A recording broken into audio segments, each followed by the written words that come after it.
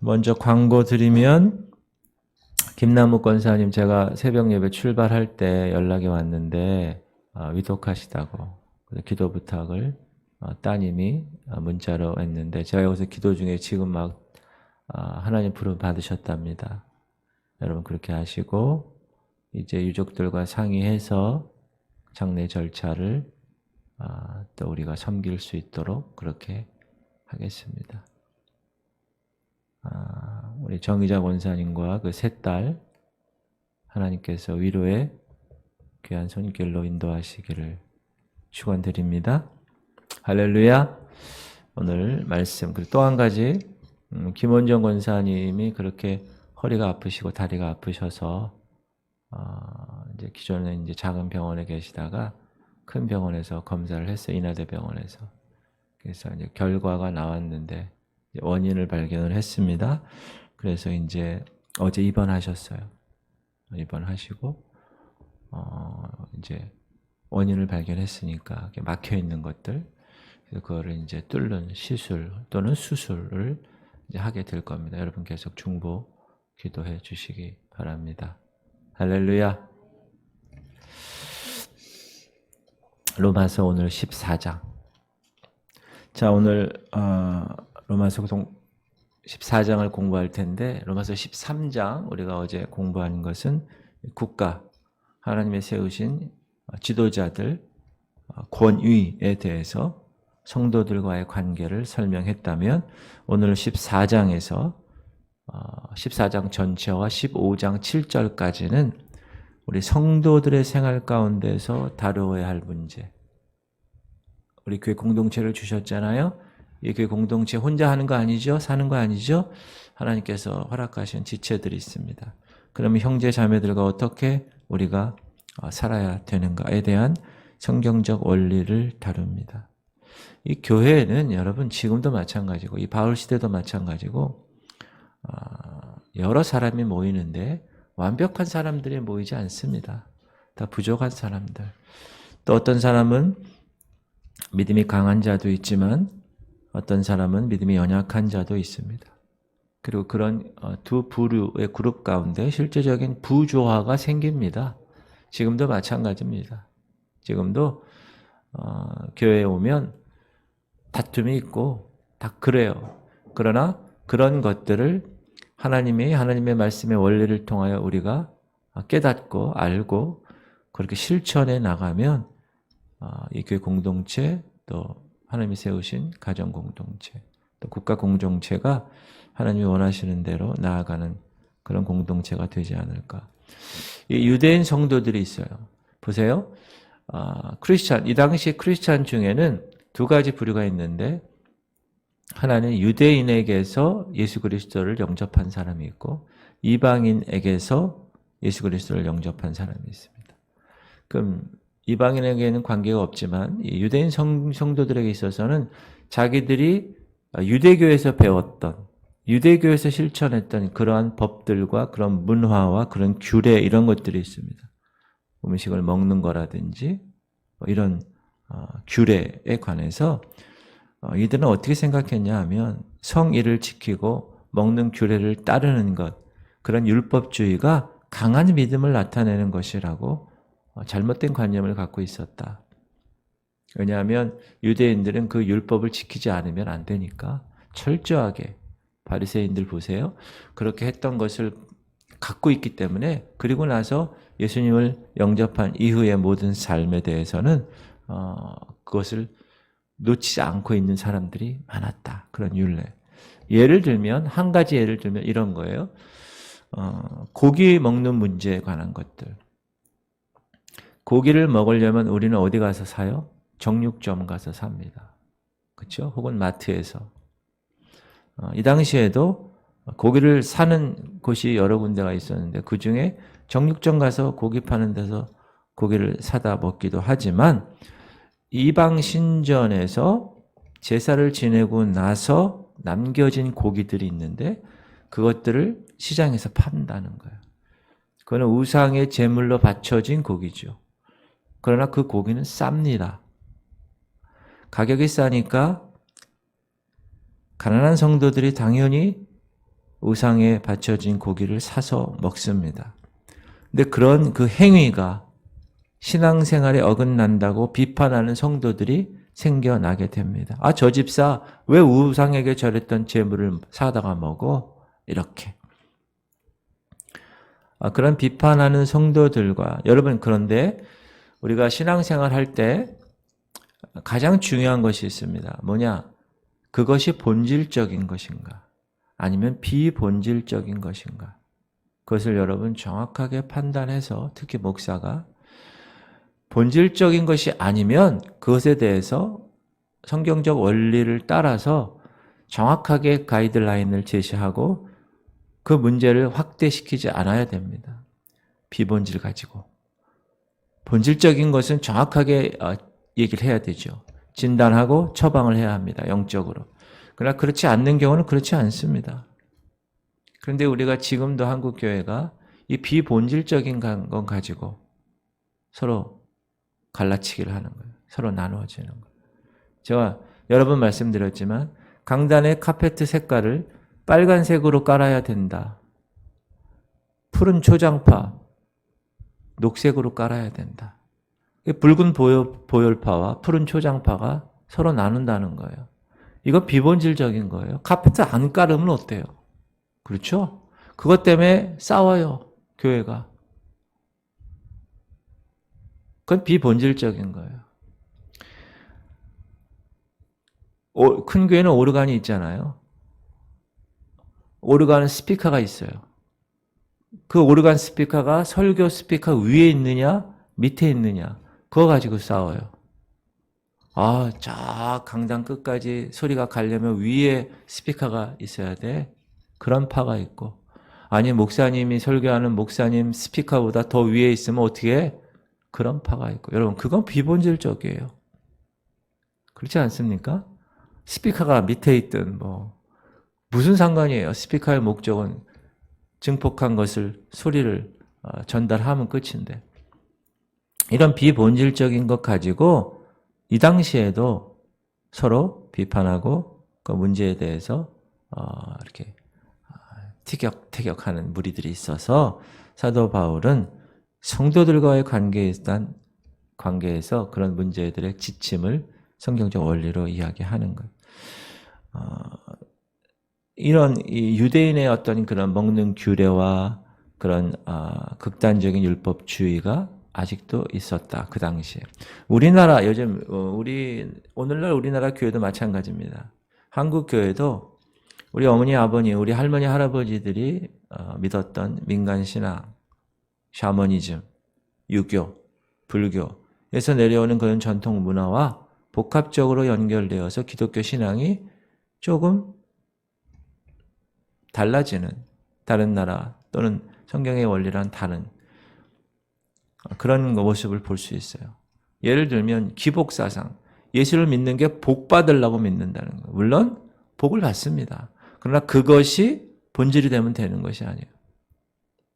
비나이다 신령님께 비나이다. 이게 교회에, 우리 한국 교회에 기복주의로 들어가게 되는 그런 현상이 있었고, 그다음에 운명론적 신앙 이런 거, 또는 기도를 하는데 딱 날짜를 정하는데 100일 기도를 한다. 이건 불교에서 한 거지. 물론 그게 나쁘다 좋다를 떠나서 그런 일들이 있다. 추도 예배 이것도 마찬가지입니다. 추모하면서 돌아가신 분을 그렇게 하면 생각하면서 자녀들이 모여서 기도하고 예배 드리는 것이죠. 그거를 추도 예배들 제사 지내는 것처럼 그런 것들. 나중에 제가 이런 것들을 한번 다뤄볼 기회가 있을 것입니다. 그리고 이제 세상의 어떤 그런 것들. 지금 여기도 보니까 드럼을 있고 기타를 치고 이런 것들. 옛날에 어렸을 때 기타 치고 드럼 치면 교회에서 목사님들이 뭐라 그러고 이런 경우. 그런 것들, 오락들. 세상의 오락이 교회에서 허락되느냐 안 되느냐. 이런 것들에 대한 생각들이 다 다르다는 거예요. 그래서 바울은 이러한 차이들을 어떻게 대처하는, 어떻게 해결하는 것이 올바른 방법인가에 대해서 오늘 6가지를 통하여서 기본 원리를 제시하고 있습니다. 첫 번째 원리는 나는 온전히 확신 가운데 살아가고 있는가라는 겁니다. 성도들은 행동할 때 단순히 감정을 가지고 행동하면 되지 않습니다. 감정에 따라서. 우리는 기준이 있어요. 하나님 말씀이에요. 그래서 이 말씀을 통하여 우리가 깨달아진 것을 확신함으로 행동하는 것. 성도들이 확신 가운데 행하면 아무런 논쟁이 없어요. 이런 말이 있습니다. 견해는 우리가 붙들고 있고 확신은 우리를 붙들고 있다. 다시요. 견해는 우리가 붙들고 있고 확신은 우리를 붙들고 있다. 무슨 말이에요? 확신에 거하는 것이 중요하다. 교회 공동체 안에도 믿음이 강한 성도가 있고 연약한 성도가 같이 존재하죠. 그럼 믿음이 있는 성도들이 연약한 자를 어떻게 해요? 성숙하지 못하다고 업신여기면 되지 않는다. 그게 오늘 1절이에요. 시작. 믿음이 연약한 자를 너희가 받되 그의 의견을 비판하지 말라. 이 받는다는 걸 뭐예요? 용납하라는 거예요. 여러분 우리가 자식 키울 때 자녀들이 부모 마음의 원리대로 생활하지 않죠. 그래도 어떻게 해요, 여러분이? 받아요. 용납해요. 왜요? 내 자식 새끼니까. 여러분 우리는 하나님의 거룩한 자녀들로 모인 교회 공동체라는 겁니다. 믿음이 연약한 사람이 자기보다 성숙한 사람을 비판해서도 안 되지만 믿음이 좀 있다고 해서 목에 힘주고 가르치려고 하는 거 있죠. 그런 것도 용납하지 않는다. 유다인이나 헬라인이나 하나님은 다 거둬주셨어요. 예수님을 통하여서 온 인류를 다 거둬주신 거예요.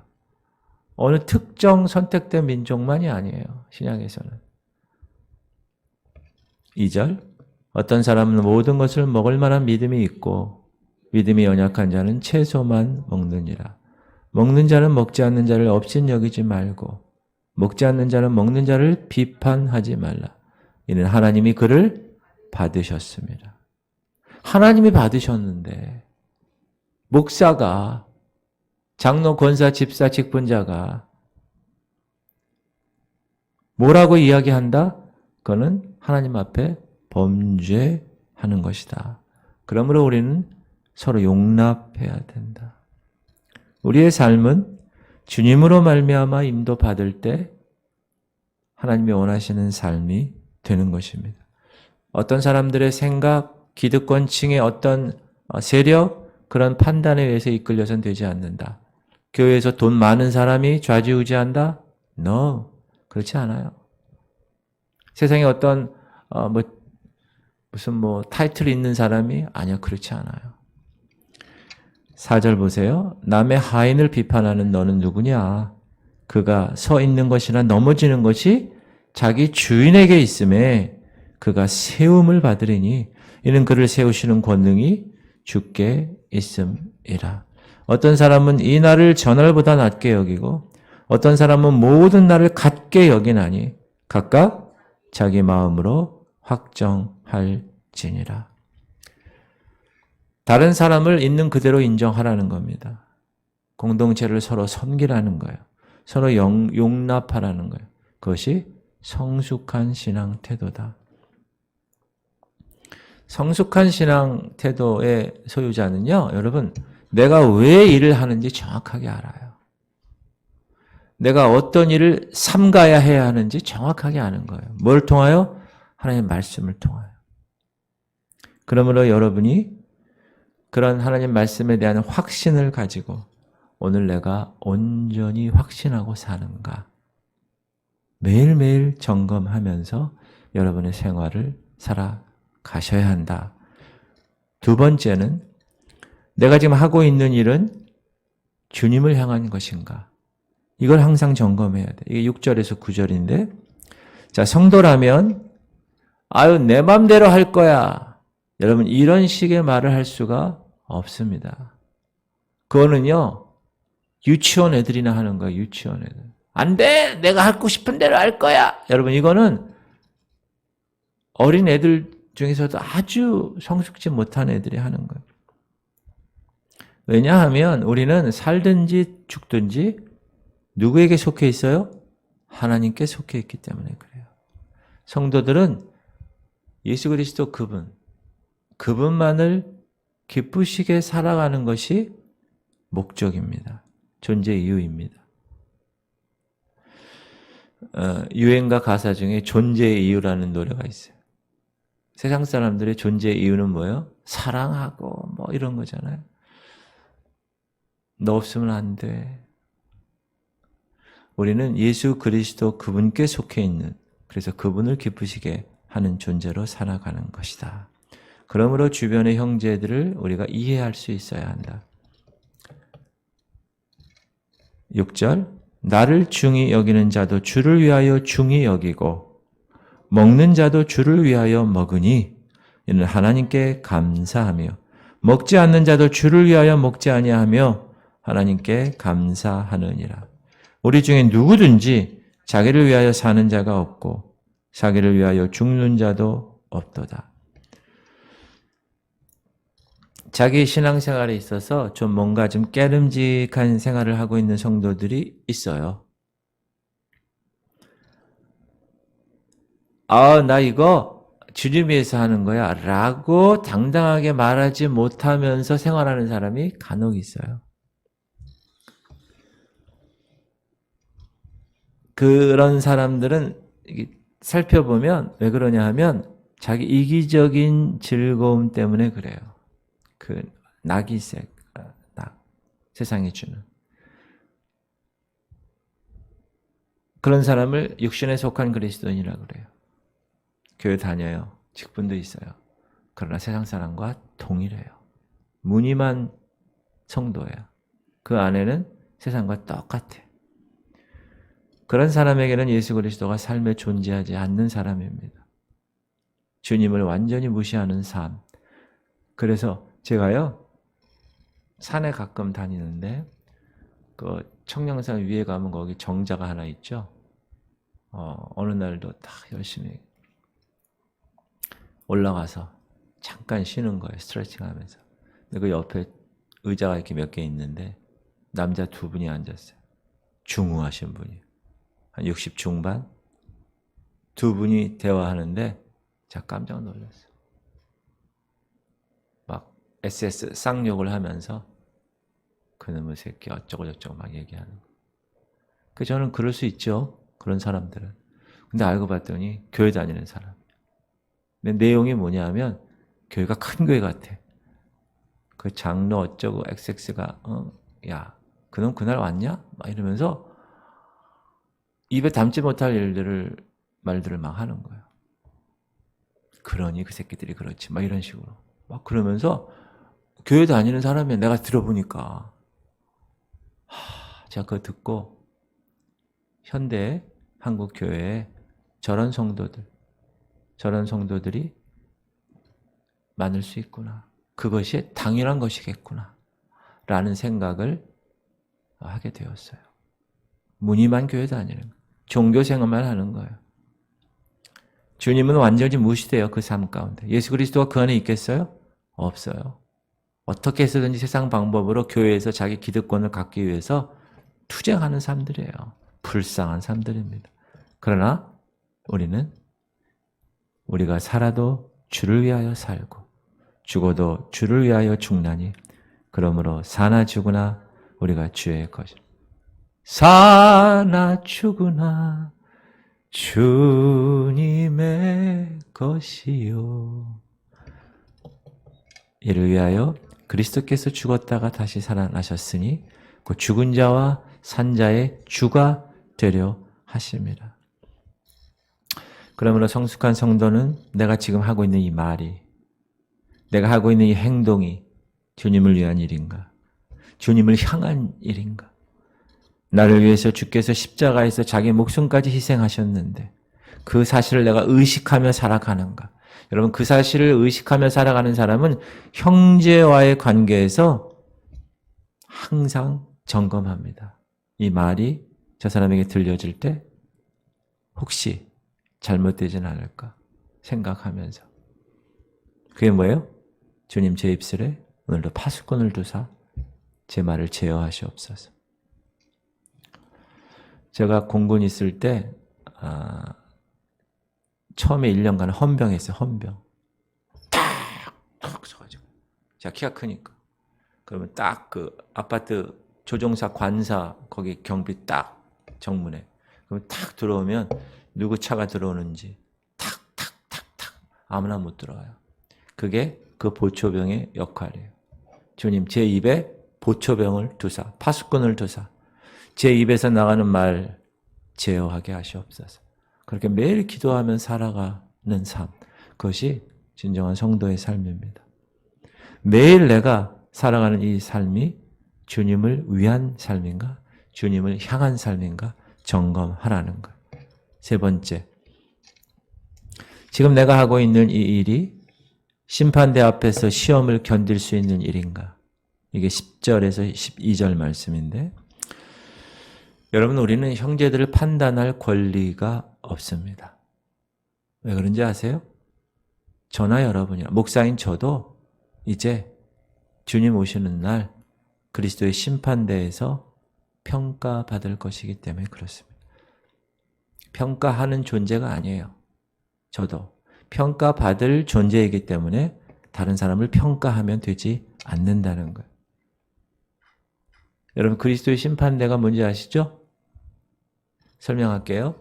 예수님이 이제 오시는 거예요. 재림. 그때 진정으로 믿는 알곡 성도들, 신부 성도들, 준비하고 깨어있던 성도들은 하늘로 들림받습니다. 휴거라고 그러죠. 휴거되면 혼인잔치에 참여하잖아요. 그때 그리스도의 심판대에서 심판을 받습니다. 이 심판은 구원받았는가 안 받았는가의 심판이 아니에요. 이미 구원받은 백성이 올라갔기 때문에 구원받은 백성으로서 구원받은 자들의 행위 심판입니다. 네가 구원받은 자로 어떤 행위로 이 땅을 살았니? 그거에 대한 심판입니다. 이거는 요한계시록 20장에 나오는 흰 보좌 심판하고 다릅니다. 백보좌 심판하고. 고린도후서 시작. 이는 우리가 다 반드시 그리스도의 심판대 앞에 나타나게 되어 각각 선악간에 그 몸으로 행한 것을 따라 받으려 함이라. 이게 그리스도의 심판대예요. 각 사람의 공적이 나타날 터인데 그날이 공적을 밝히리니 심판하는 날, 그리스도의 심판대에 있는 날. 이는 불로 나타내고 그 불이 각 사람의 공적이 어떠한 것을 시험할 것이라. 그때 판단한다는 거예요. 불로. 만일 누구든지 그 위에 세운 공적이 그대로 있으면 상을 받고 누구든지 그 공적이 불타면 해를 받으리니 그러나 자신은 구원을 받되 불 가운데서 구원은 받았어요. 그러나 그 행위가 타버리는 경우가 있다. 네가 어찌하여 네 형제를 비판하느냐. 네, 요거는 잠깐입니다. 이게 무슨 얘기냐 하면 우리가 그리스도 심판대 앞에서 심판받을 때 구원은 받았는데 불로 심판한다는 거예요. 그래서 우리가 금이나 은이나 보석으로 우리의 공적을 쌓으면 불이 심판대도 그대로 남아요. 그러나 우리가 나무나 지푸라기나 종이나 이런 걸로 공적을 쌓으면 불이 났을 때 어떻게 해요? 다 타버려요. 아무런 공적이 주님 앞에 나타나지 않는 거예요. 그럼 우리가 구원받은 칭의 사건을 경험한 성화의 과정에서 최선을 다하는 삶을 살아가는 우리에게 있어서 우리가 어떻게 구원받은 이후의 행위로 하나님께 영광을 돌리고 준비하고 있느냐에 따라서 나중에 심판대에서 다 태워질 거라는 거예요. 그래서 우리는 어떤 공적을 쌓아야 돼요? 금과 은과 보석. 태워도 태워지지 않는 그것으로 쌓아야 된다는 거예요. 그러므로 그런 것의 일환이 우리가 형제에 관한 생활에서 형제와의 관계에 대해서 평가될 일들이다. 정죄하거나 그럴 수 없다. 그럴 권리가 없다. 그런 권리는 예수님만 하실 수 있는 것이다. 오늘 본문 네가 어찌하여 네 형제를 비판하느냐? 어찌하여 네 형제를 업신여기느냐? 우리가 다 하나님의 심판대 앞에 서리라. 꼭 기억하세요. 우리의 위치, 우리의 자격은 비판하거나 비난하거나 업신여기는 것이 아니라 하나님 심판대에 나는 설 사람이구나 라는 거예요. 11절 기록되었을 때 주께서 이르시되 내가 살았노니 모든 무릎이 내게 꿇을 것이요 모든 혀가 하나님께 자백하리라 하였느니라.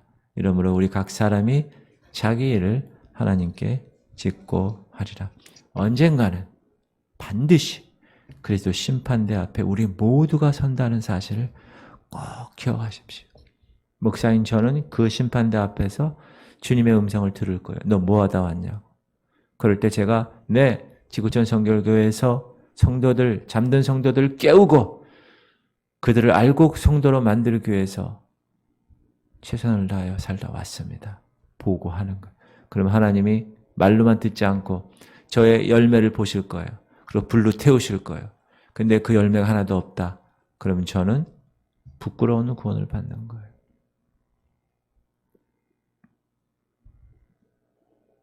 그 사실을 기억하는 거예요. 그래서 심판대 앞에서. 아유, 저 권사 왜 저 모양이야? 저 집사 왜 저렇게 살아? 저 목사는 맨날 저래? 그렇게 평가할 존재가 아니에요, 우리는. 그냥 주님 안에서 섬기는 거예요. 그 사실을 기억하고 이 땅에서 성도로서의 삶, 구원받은 자로서의 삶, 하나님 영광을 위하여 상급받기 위해 최선으로 달려가는 삶, 그런 삶을 살아내야 합니다. 여러분, 제가 주일날도 얘기했는데 다른 사람이 나를 어떻게 평가하는가 중요하지 않습니다. 뭐가 중요해요? 하나님이 나를 어떻게 평가하는가, 그것이 중요합니다. 목사의 평가 중요하지 않아요. 여러분, 그것 때문에 기분 좋고 기분 나쁘고 그렇게 생각하지 마세요. 절대로. 하나님이 나를 평가하느냐. 저는 그 기준을 매일매일 생각합니다. 사람들 앞에서의 큰 자? 아니요. 난 하나님 앞에서 큰 자가 될 거야. 사람들의 그 평가, 목사님 오늘 설교 은혜 받았습니다. 물론 기분 좋겠죠. 그러나 그 평가보다 하나님의 평가. 너 제대로 하나님 말씀 제대로 선포했냐. 그런 삶을 살아내는 것이 이 땅에서 저와 여러분이 해야 될 삶입니다. 내가 하는 일이 그리스도 심판대 앞에서 어떻게 평가받는가, 그걸 꼭 의식하며 살아가야 된다. 네 번째, 나는 다른 사람에게 거침이 되고 있는가? 이게 13절에서 21절이에요. 자, 우리가 판단해야 할 일이 한 가지 있어요. 판단하면 되지 않는데 우리가 판단해야 될 한 가지 일이 있어요. 그건 뭐냐? 성도들이 자유하다고 그래서 그 자유를 남용함으로 다른 사람들을 넘어지게 하고 있지 않는가를 판단하는 거예요.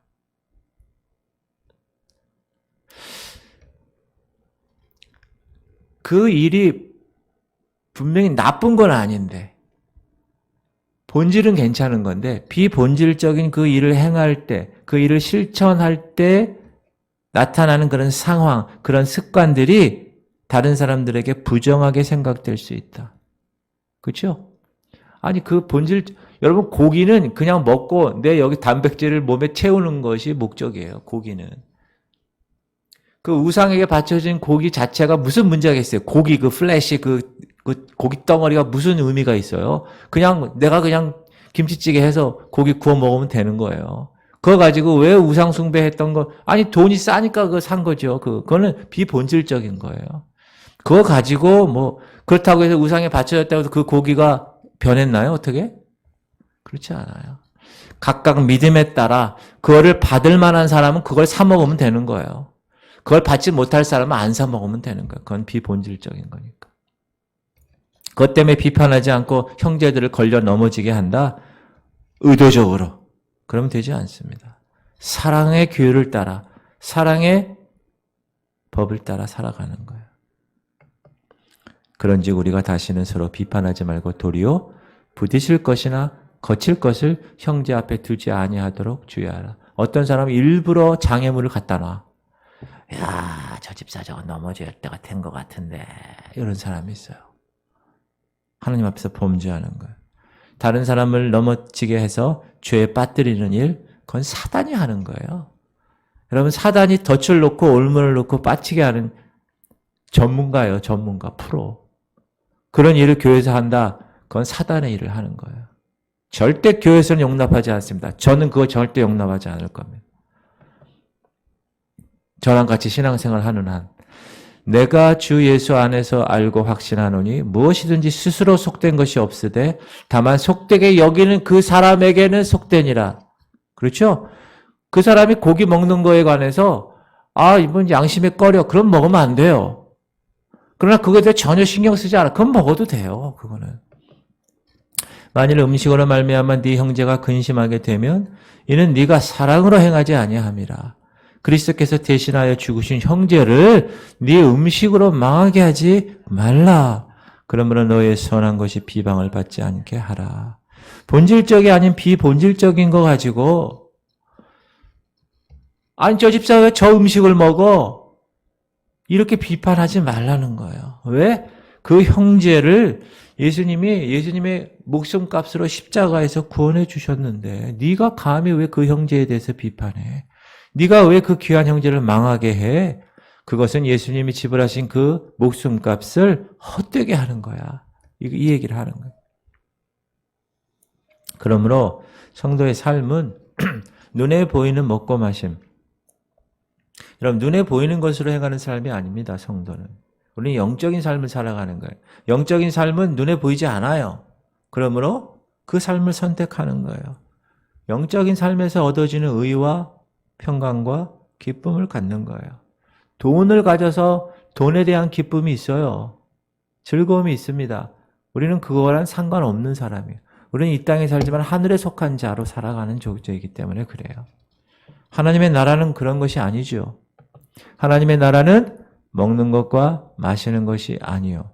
오직 성령 안에 있는 의와 평강과 희락이라. 하나님의 나라는 보이는 것이 아니라는 거예요. 그것 가지고 비판하지 마시라는 거예요. 이로써 그리스도를 섬기는 자는 하나님을 기쁘시게 하며 사람에게도 칭찬을 받느니라. 여러분, 이런 의와 평강과 기쁨은 무엇로부터 오는 겁니까? 성령으로부터 오는 거예요. 그러므로 성령 충만해야 돼요. 이게 해답이에요. 우리의 목표는 나 자신을 즐기기 위한 이기적인 것이 아니에요. 교회에 와가지고 이기적인 사람이 있어요. 그거는 가짜입니다. 예수님 사랑 안에서 성도들을 세워주는 거예요. 그러므로 우리가 화평의 일과 서로 덕을 세우는 일을 힘쓰나니 음식으로 말미암아 하나님의 사업을 무너지게 하지 말라. 만물이 다 깨끗하되 거리낌으로 먹는 사람들에게는 악한 것이라. 고기도 먹지 아니하고 포도주도 마시지 아니하고 무엇이든지 네 형제로 거리끼게 하는 일을 아니함이 아름다우니라. 거침이 되거나 거리낌이 되는 존재로 살지 마십시오. 그것은 사단의 자녀들이 하는 거예요. 고린도전서에 보면 10장에 이런 말이 있습니다. 성도는 이제 율법 아래 사는 것이 아니야. 우리가 로마서 공부했잖아요. 그렇죠? 8장. 율법 아래 사는 존재가 아닙니다. 자유하게 됐어요. 여러분, 그렇다고 해서 모든 것이 가합니다. 그렇다고 해서 모든 것이 유익한 것이 아니라고 얘기해요. 모든 것이 가하나 모든 것이 유익한 것은 아니요. 모든 것이 가하나 모든 것이 덕을 세우는 것이 아니니 누구든지 자기 유익을 구하지 말고 남의 유익을 구하라. 이게 이타적인 사랑의 실천할 예수 그리스도 그분을 본받는 거예요. 우리가. 여러분, 이런 삶이 어렵죠. 실은. 그러나 살아내야 되는 거예요. 성도가 자기의 이기적인 삶 때문에 다른 성도의 영적인 생활을 헐어버리고 회방하고 거침이 되게 하고 넘어뜨리게 하는 것, 그건 정말 잘못된 일이다. 교회가 여러분 그것 때문에 분열되고 망가지는 거예요. 사단이 여러분 교회에 무슨 큰 일을 벌려서 무너뜨리게 하지 않아요. 사단이 얼마나 그런 존재인데 딱 아주 사소한 거 그거 가지고 서로와 서로를 갈라치게 합니다. 그러므로 영적으로 깨어있지 않으면 뭐라 그래요? 사단에게 틈을 주지 말라 그래요. 틈 주면, 모기장에 틈 주면 모기가 들어오게 돼 있어요. 틈을 주면 되지 않는다. 그러므로 성숙한 성도는 내 삶이 다른 사람들에게 거침이 되고 있는가, 다른 사람에게 장애가 되고 있는가를 항상 생각해야 한다.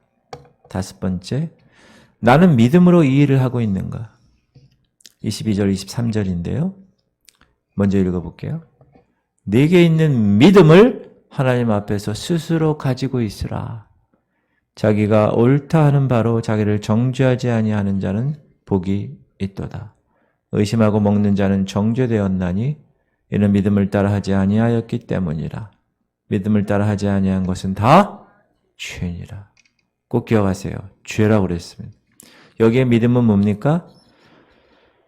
하나님의 말씀을 믿는 확신 가운데 거하는 말과 같은 말이에요. 22절, 23절 이 두 구절은 성도들의 삶이 성도와 주님 사이에서 전개되는 거예요. 그러므로 내가 주님과의 관계가 바르냐 안 바르냐가 중요한 바로미터가 되는 거예요. 여러분, 하나님과 나와의 관계가 잘못되잖아요. 그러면 성도들과의 관계, 형제들과의 관계가 잘 될 수 있을까요? 절대 안 돼요. 여러분, 그런 사람 갈라치게 하거나 분열시키거나 조장하거나 거침되게 하는 그런 사람들을 잘 보면요, 하나님과의 관계가 잘못된 사람이에요. 그거를 목사가 영적으로 진단하고 처방해 줘야 돼요. 근데 그런 거에 관해서 듣기 싫어하는 사람들이 있죠? 그러면 되지 않습니다. 하나님께서 이 교회에 눈에 보이는 주의 종을 통하여서 말씀으로 말씀하시는 걸로 받아야 돼요. 그게 올바른 태도입니다. 23절에 정죄되었나니 라는 말은 뭐냐 하면 의심하면서 먹으면 자기가 행하고 있는 그 일을 정죄하고 있다는 거예요.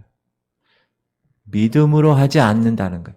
그러므로 믿음으로 하지 않는 것은 모든 것이 죄라는 거예요. 성도는 뭡니까? 믿음으로 사는 사람들이기 때문에 그렇습니다. 그러므로 믿음은 들음에서 나며 들음은 그리스도의 말씀으로 말미암느니라. 그리스도의 말씀이 기준이 되는 거예요. 그러므로 하나님의 말씀으로 뒷받침될 수 없는 것, 그건 무엇이나 다 죄다. 왜냐하면 그 일은 믿음으로 행할 수 없기 때문에. 지금 약간 좀 의심스럽다 행하면 되지 않아요. 그 믿음에서 나오는 것이 아니기 때문에. 그러므로 여러분이 하나님의 말씀 가운데 믿음 가운데 정확한 것만 행하세요. 그게 실수하지 않는 거예요. 그러므로 항상 물어야 돼요. 나는 믿음으로 이 일을 하고 있는가? 나는 믿음으로 이 교회 목회를 하고 있는가? 항상 묻는 거예요. 6번째. 이 6번째부터 15장으로 넘어가는 거예요. 1절부터 7절까지. 나는 나 자신과 다른 사람 중에서 누구를 기쁘게 하고 사는가? 그게 질문이에요.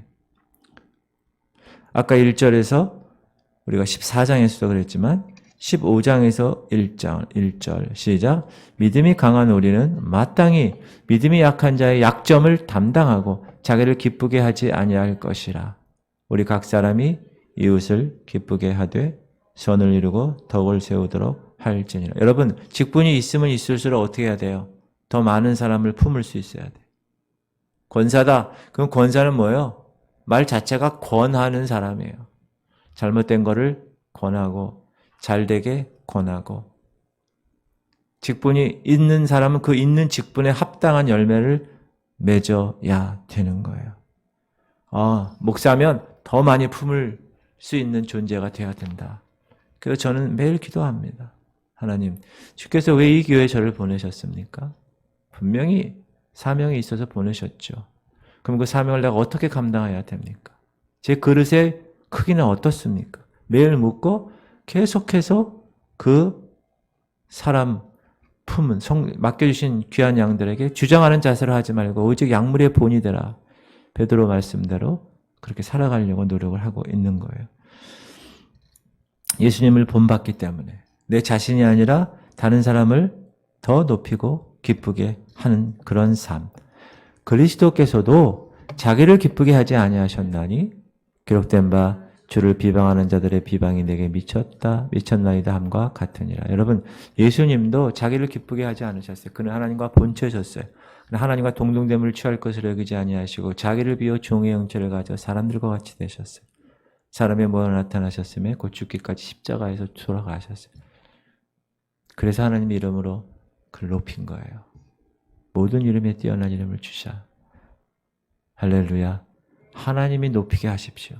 내가 높아지려고 목에 힘주고 목에 기부스하고 펌잡고 목사라고 권사라고 장로라고 집사라고 절대 하나님 허락하지 않으십니다.